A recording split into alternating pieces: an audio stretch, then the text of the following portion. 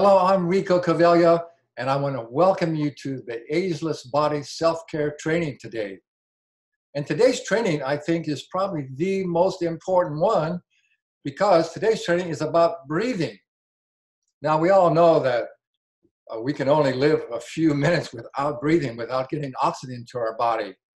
But the challenge is because our breath is controlled by our autonomic nervous system, that means we breathe automatically without even thinking about it. Most people are going through their day with just real shallow breathing. And there's so much more to our breath, as you're going to find out today in today's training. So many methods and strategies and ways to breathe that can just really elevate your energy and your health, and so many benefits to it. So we're very fortunate today to have our trainer is a man who has truly mastered the art and science of breathing. And his name is Ed Harold. He's the author of the best-selling book, Breath as Medicine. And he is a motivational speaker, an inspirational leader, a coach, and an educator, and my new friend. Ed, welcome, and thank you so much for being here. Well, thanks so much for having me. It's great to be with you and your great audience. Yeah, this is going to be a lot of fun. So again, I want to say that our goal and our reason for offering these trainings is that we want to offer you the latest cutting-edge scientific information from. Oh, my phone went off there. Okay, so our goal is to offer you the latest cutting-edge scientific information from some of the top experts in the world that you can begin to use immediately to really help you to be healthier and more energetic, and so your body can function well at its optimum and you can live a lot longer. So that sounds pretty exciting to me, right, Ed? I'm down with that. I'm down with that, yes. All right, so let's get right into it. So, Ed, I want to ask you, let's talk just a little bit about the physiology of breathing and how oxygen is actually used in our body. Yeah, so one of the most important autonomic functions is breathing. The great thing about breathing is that it's interacting with the autonomic nervous system, and we have the ability to control our breathing if we want to, and if we don't want to control it, the autonomic nervous system will do it on its own in its genius. So we're all designed as babies to be nostril breathers. The DNA is designed for us to breathe through our nose. And there's many villi and filters in the nose that filter out impurities that are in our environment so they don't enter the inner world. And when we breathe through the nose, we create a vacuum that on the inhale, the primary muscle of inhale is your diaphragm muscle. And when we breathe through the nose, the diaphragm muscle vertically presses down towards your navel. And in that, it draws fresh air into the lower lobes of your lungs.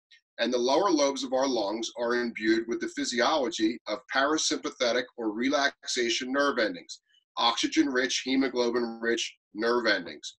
And getting the air down into the lower lobes of the lungs, moving the diaphragm down with nostril breathing on the inhale, which creates great posture in the spine. It creates stability in our lower body pattern movements, which plays such a huge role in our mental patterned movements.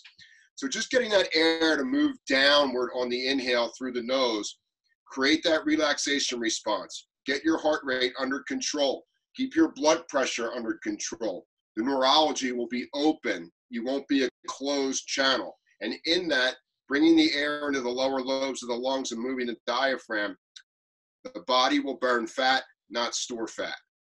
Yeah, that's very interesting. And so oxygen is actually it's like a catalyst that we needed in order to, it's like almost like an automobile engine, right? We need oxygen to have the combustion so we actually can produce energy. Is that right? Yeah, oxygen is the most abundant molecule on Earth. That's what we have the most of. And as a human being, you'll notice when we're stressed or there's anxiety or there's self-doubt, the first thing that we do is that we stop breathing.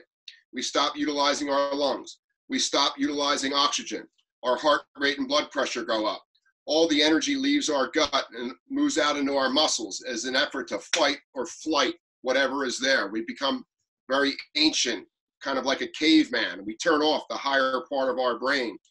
And then when the energy leaves our gut for digestion, then our immune system becomes weaker. So, taking from today what we're going to do in this podcast, wherever you begin to see in your life where you're drowning out of water or you're suffocating or thought forms take your breath away, your job today is to add breath to those thought forms, those emotional patterns, those physical movements that take your breath away. That's an interesting concept, isn't it? How we say it, something, when something really amazes us, it takes our breath away. So that, again, that shows how the most important thing in our life is our breath, right? It's so good that it actually takes the most important thing in our life. It takes our breath away. That's really interesting. And also, we've all heard that, or maybe we all haven't heard this, but that our breath is actually our connection to our higher self or to spirit. Can you talk about that just a little bit? Yeah, so when we can begin to get our breath rate down, breathing through our nose, taking less breaths per minute. Remember, the amount of breaths you're taking per minute is going to reflect what your heart rate is. Your heart rate is going to dictate what your blood pressure is. Your blood pressure is going to dictate what your neurochemistry is. And neurochemistry decides whether the body is going to burn fat or sugar at any given moment. And life is an endurance event. We want to burn fat rather than sugar as we move through the peaks and valleys of the day. And when we burn fat, we're going to work with the higher cortexual regions of the brain, the hippocampus area, the part of us that's most alive, most awake. The lower part of the brain is very animalistic. It is just this brute that is designed for fight or flight. It's designed to take a life or save its life. And working with the higher brain can be achieved if folks can start today by taking less than 12 breaths per minute. Why is that important? Because if you're taking more than 12 breaths per minute, science says that you'll be in a sympathetic, high alert mindset all day long, as if you're going to be attacked or you want to attack someone else. So lower brain, amygdala, hypothalamus. And as you begin to take less than 12 breaths per minute, the environment that the brain picks up is a safe environment where you can create the type of moment that you would like to prefer to be in. And then the lower brain turns off. Less than 12 breaths per minute will stimulate a parasympathetic or a calming response with more serotonin and dopamine. And in that, you'll evolve through your day using your hippocampus, your enlightened spiritual brain, rather than your lower brain, which is almost like a brute. Oh, yeah, that makes a lot of sense. So also, isn't it true that lack of oxygen in our body is really the main reason that we have pain and we have fatigue? Lack of oxygen creates pain. Lack of oxygen creates fatigue. Lack of oxygen creates disease. So wherever oxygen can touch in your body, number one, you'll stall aging there. That cell will be vibrant and live longer than other cells that might not be getting a supply of oxygen. Where oxygen touches cells in your body, guess what? Free radicals can't form there and you'll never receive cancer. When you're taking less than 12 breaths per minute, you're taking care of your heart rate. You're taking care of the pumps on the heart. So as you're taking care of the heart by taking less breaths per minute, guess what? You're not going to have heart disease. So there's many, many benefits to today getting control of what I call the length, depth, and pace of your breathing patterns and rhythms. Wow, that's just such good information. It's so important. So I hope as you're listening, as you're watching this, I hope you begin to see how important it is to really learn some of these techniques. So some of these techniques and that you're going to show us today in breathing, they're also going to help us to. They will help us to actually slow down our breathing, right? So we'll get more oxygen with just one simple breath. We'll increase our lung capacity to get more oxygen to our body. Yeah, so there's a couple things we want to look at here. During the inhale, you want to keep your upper airway open. So relaxing your eyes and jaw completely and keeping the tongue on the upper palate, which allows the maxilla, the upper jawbone, to spread east and west. And as the upper jawbone moves east and west, it'll expand the nostrils to allow a deeper inhale. And the more you can inhale, the stronger your diaphragm muscle will become and its motor nerve, the phrenic nerve. And as the diaphragm becomes stronger, your rib cage becomes more elastic, like rubber bands, not like steel beams. This is very important because lungs aren't muscle. Lungs are tissue. And the lungs will only be able to expand as much as the diaphragm is strong and the ribs elastic. Wow, yes. Okay, before we get into learning some of these techniques that you want to show us, I think if you could expand just a little, because you know how so many people are interested in burning body fats. Can you expand a little bit more about how getting more oxygen in your body turns on our fat burning mechanisms in our body? So this is a great question, and this is very simple, and let's simplify it. We all want to be fat burning machines. We don't want to be fat storing machines. Right. When we store fat for an extended period of time, they become a host for, number one, not allowing oxygen to be distributed. Number two, it's a host for viruses, bacteria, and degenerative diseases that weaken our immune system over time. And when energy levels drop, mental awareness levels drop. So when we're talking about fat burning, 80% of our fat is burned on the exhale, and it comes through the lungs. The other 20% of fat burn takes place through sweat, evacuation of the bowels, and the bladder.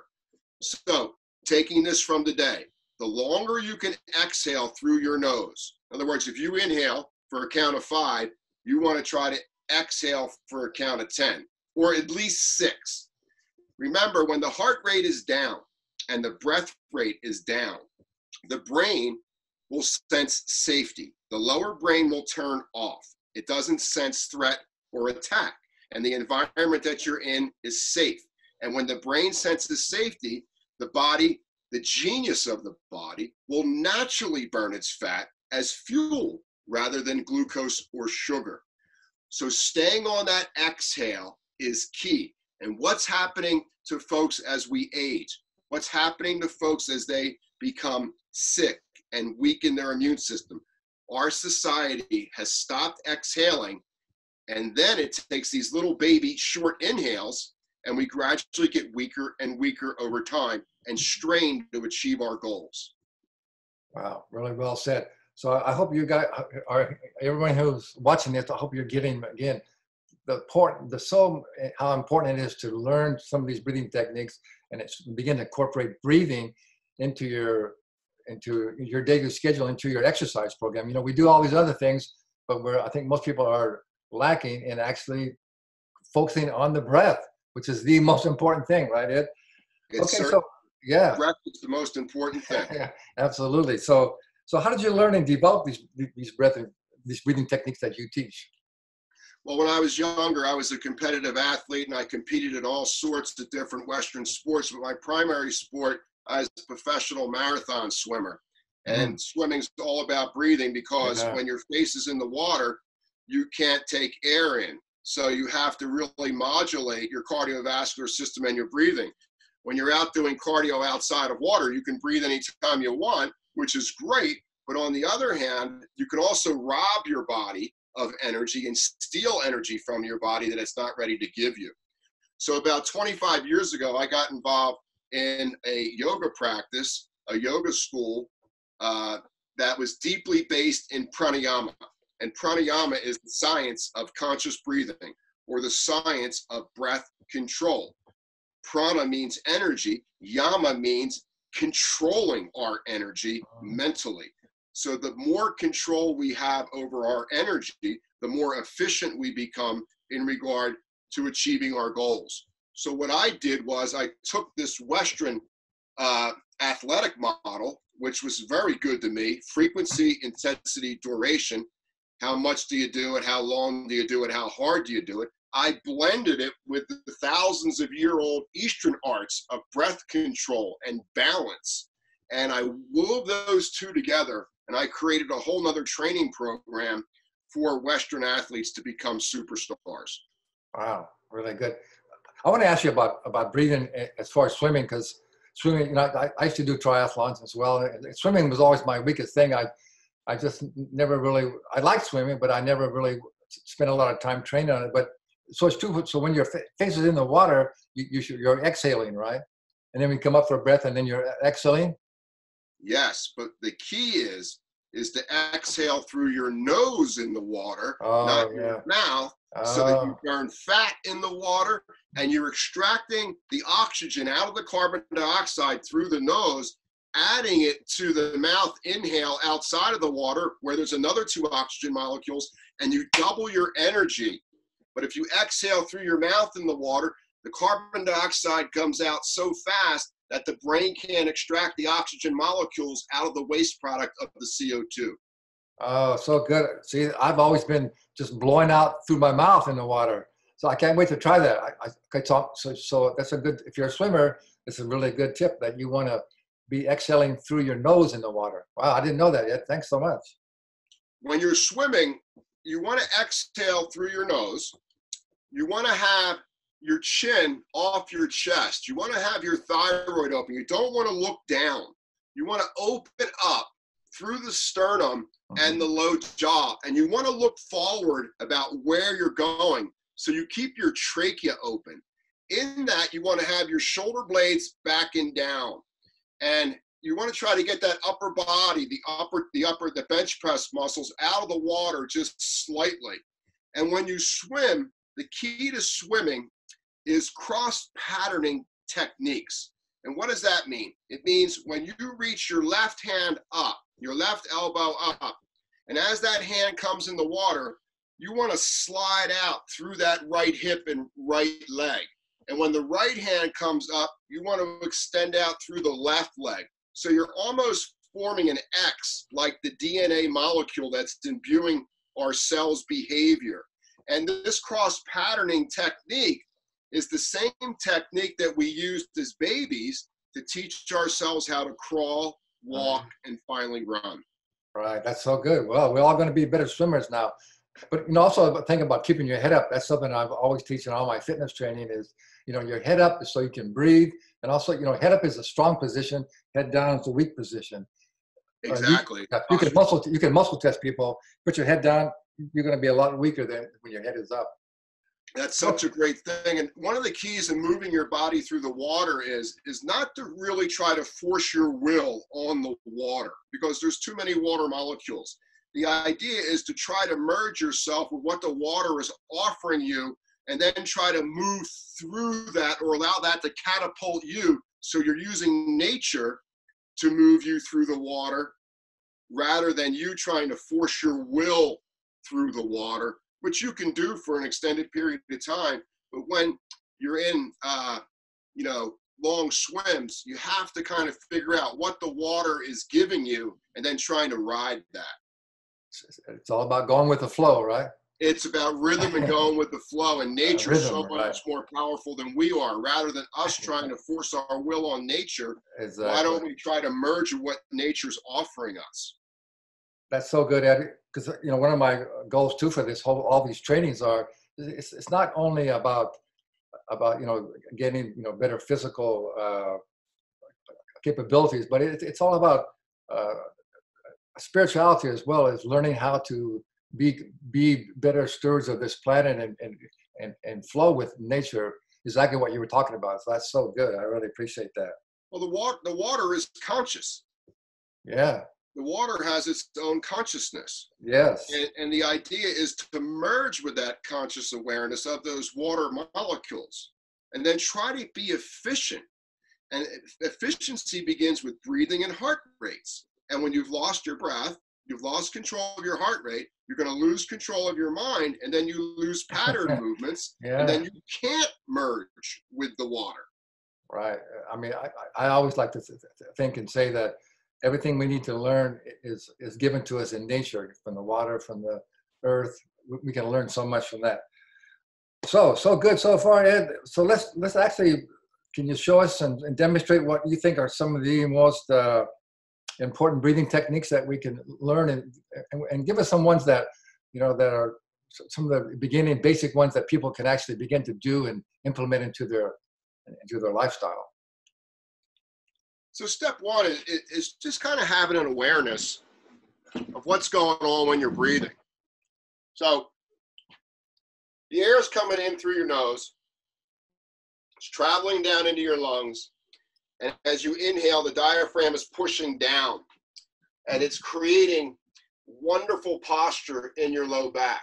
So getting the air into the belly first, like a reverse sit-up, taking these organs off their normal attachment, really strengthening the oxygen that's moving through your fire in your belly, and then letting the breath rise up to the collarbone.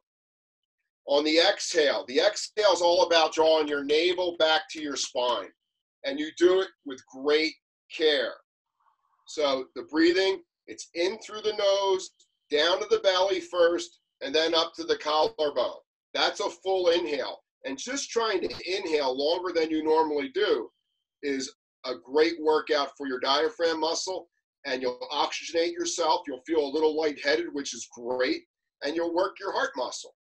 The exhale is about drawing your navel back to your spine. How do you draw that back slowly using your rectus abdominis, your obliques, your transverse abdominis? And this is fundamentally the breath that we were born with, this diaphragmatic breathing. On the inhale, the energy is moving down. You connect with your lower body mechanics. And on the exhale, the energy is moving up into your brain, and you're taking action. So inhale, get grounded. Exhale, take action. The second filter that we can create besides the nostrils is the ocean sounding breath, learning how to valve the air through the throat. So if you take your right hand and you pretend this is one of these old pocket mirrors, and you open your mouth and you pretend this is a mirror and you try to fog it. Notice your brain. It'll go right down to the top of the trachea behind your larynx. Yeah, I feel that. Can you hear that? Yeah. Beautiful. Now bring your hand down, close the mouth. Now use your brain and contract that same area around the trachea and breathe.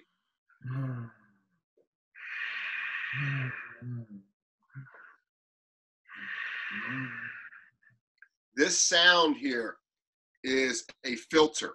Number one, it'll filter out impurities from your environment so you don't get sick and they won't get into your lungs. And when you create a physiological filter, you also create a psychological filter so that you can stay focused on your task at hand and not be distracted or move into thought forms that aren't part of your original intention. So breathing through your nose diaphragmatically, ocean sounding breath or ujjayi breathing to filter the physiology and filter the psychology so you have just that goal-oriented mindset of focus. The next step is what I call four-part breathing, where you inhale with an ocean sound and you hold the breath in for a count of 6. And then once you hit the 6, you exhale slowly, and then you hold the breath out for 6. And then you repeat this 5 more times. This is a wonderful thing to do when you start your workout routine, when you might want to warm up, and in your warm-ups using breath control like this. So you're not going to use a lot of repetitive motion movement to warm the body up. You're going to use that inhale, hold 6, exhale, hold 6. So you strengthen inspiratory muscles, muscles of inhale. You strengthen expiratory muscles, the muscles of exhale. And when you stop breathing, you'll notice your mind sits. Your mind becomes silent. And in that, you can find greater clarity and focus of why you are exercising today. So looking to warm up the respiratory system first, the cardiovascular system second, the neuromusculoskeletal system third. That's my 4-part breath. Wow, really well said. So it makes it becoming more and more clear, why people always say, if you're nervous or say you're getting ready to give a speech or make a presentation, everybody's nervous, to take some nice, slow, deep breaths, and it slows your it quiets your mind, and just like in meditation, it slows you down and kind of calms your nervous system, right? Well, it's important for folks to understand why they're stressed. The reason why you're stressed is because you care about what you're doing. If you didn't care, you wouldn't be stressed. Right. So taking that stress into a positive of self-confidence, self-esteem, I'm exactly what these people require in this moment, rather than self-doubt, it's not going to work out and I'm not good enough to do it. So when you're stressed, the first thing you do is you stop exhaling. The first thing I want you to do now is notice the stress and exhale through that stress. Inhale, get centered, and be grateful that you became aware of something in your life that's not true. Negative stress. Every time you're stressed, it's simply an alarm that the way you were thinking it is incorrect.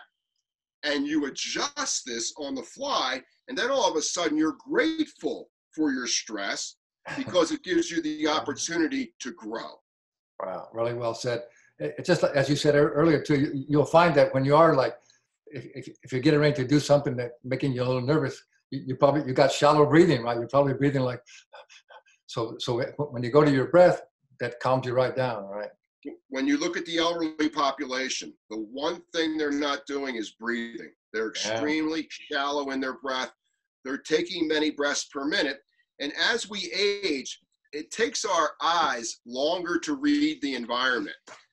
It's not as efficient as when we were younger. So when we strain our eyes to see objects outside of us, unconsciously, this will lift the upper lip off the lower lip, and we'll start to unconsciously mouth breathe and set that pattern in motion. So when we're working with some of our ripened folks, one of the main things we want to tell them is continue to relax the muscles around your eyes. Because when these eye muscles get tense, the lips will separate and will start to breathe through the mouth. Relax your eyes and remind yourself to breathe through your stress only through your nasal channels with an ocean sound, and then apply that 4-part breath. Isn't most snoring, when people are snoring, their mouth is open, isn't it? Yes, and that's a response at night to what is happening during the day. Mm-hmm. So you don't nasal breathe during the day and snore at night. You're mouth breathing during the day, either consciously or unconsciously, and then at night when you're unconscious, the brain is just doing what we did when we were awake. There's no separation.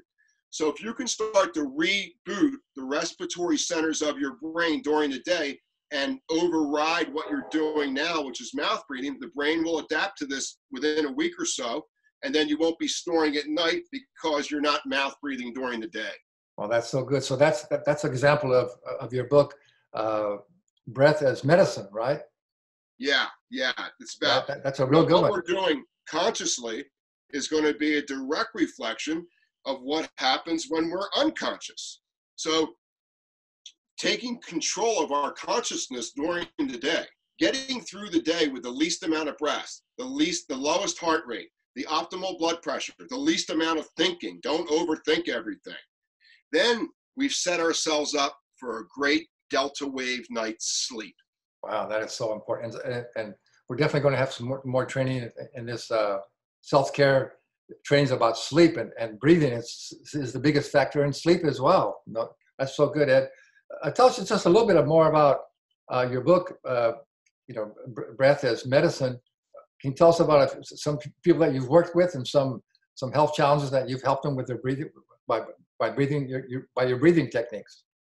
Well, over the past 25 years, I've worked with folks in 3 predominant platforms. I work in the healthcare industry where folks are chronically ill, or they want to find tools to be proactive in regard to not getting sick.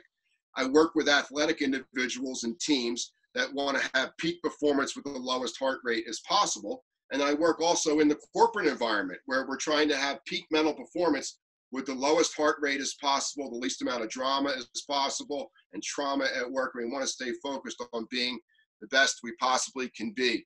So in these 3 platforms, what are some things that are prevalent through all three. Number one is we're all endurance athletes, whether you're a healthcare patient or employee, or whether you're an athlete, or whether you're in corporate, where it's mental endurance. It's all about burning fat. And how do you turn yourself into a fat burning machine? You've got to stay on that nostril, exhale, and then inhale as slowly as possible.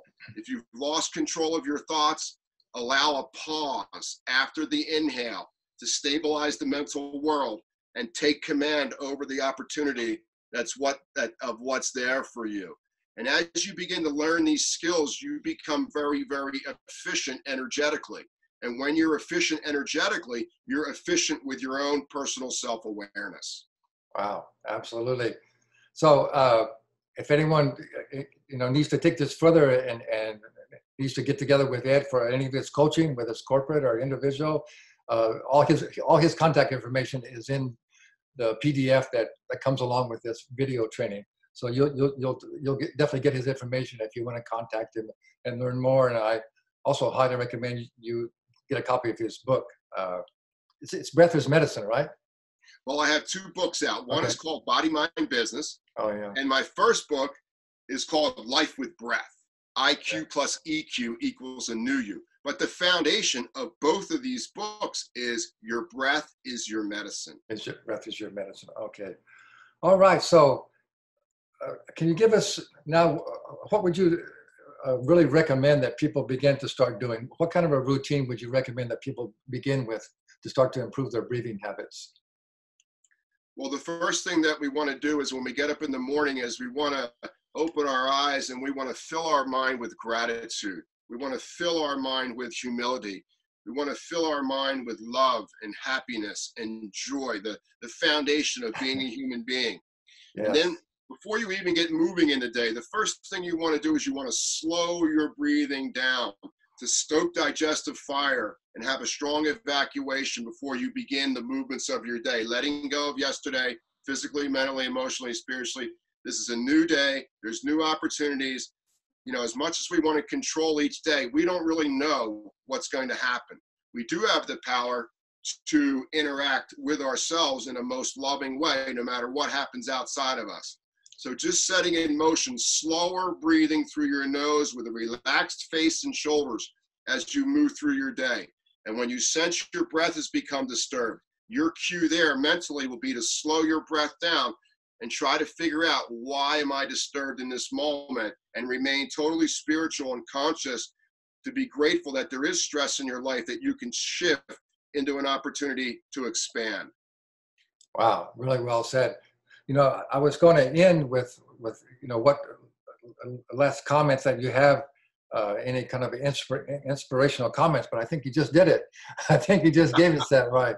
Well, thank you. So in addition to that, would you recommend, like, throughout your day, actually just take a little time to sit? I mean, like, maybe once or twice a day, and just do one of those basic exercises of breathing in through your nose, holding it, exhaling through your nose? Do it walking. Okay. Just go for a walk. Practice this breathing. And if you're walking at 15 minutes a mile and you use the inhale, hold 6, exhale, hold for 6, you're only walking at a 15-minute mile. Notice your heart rate will go up and down as if you're running a 9 or 10-minute mile, but you're not getting the repetitive motion wear and tear injuries to the parts of the body that normally are under compression, acidity, lactic acid. So we want to create, a deeper workout with less wear and tear on the joints and muscles and bones of the body that over a period of time begin to dry out. Yeah, that's such a good advice. So walking is really what I recommend for most people these days, especially as we age, to get out and learn how to be a good walker. That's what you need to walk. So if you can learn how to incorporate your breathing with your walking, you'll get so much more benefit, and then you'll get all the other benefits that we've just discussed. That's so good, Ed. Thank you. That was fantastic. So thanks very much. So now Ed and I both, we want to remind you that knowledge without action is useless, right? And so we want to urge you to take this opportunity to really embrace this knowledge, embrace what you've learned, and take these recommendations to heart, and actually begin to incorporate them into your lifestyle. It's not difficult at all. It gives you some really basic, simple things that you can do.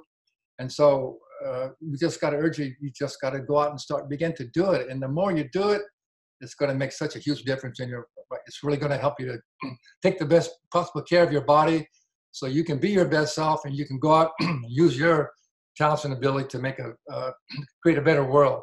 And so excuse me, the healthier you become, the better your life becomes. Right, Ed? That's right. You control your breath so your breath doesn't control you. Thank you very much. That was so good, Ed. Thank you. Appreciate you.